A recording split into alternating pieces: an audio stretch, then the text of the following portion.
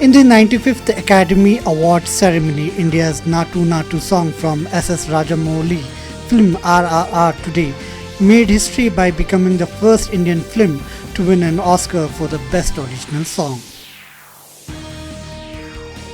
The second part of the budget session started today on a stormy note as both Lok Sabha and Rajya Sabha were adjourned till 2 pm.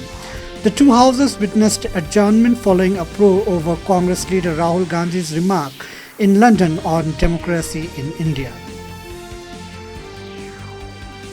In Arunachal Pradesh, 15 cadres from North-Eastern Naga National Government ENNG insurgent group surrendered in front of the Chief Minister Pema Khandu at a function held in Itanagar yesterday.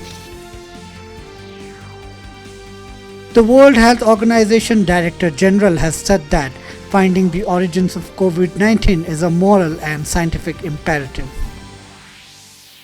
Prime Minister Narendra Modi today said that during the last few years a vibrant ecosystem has been created to empower the youth of India.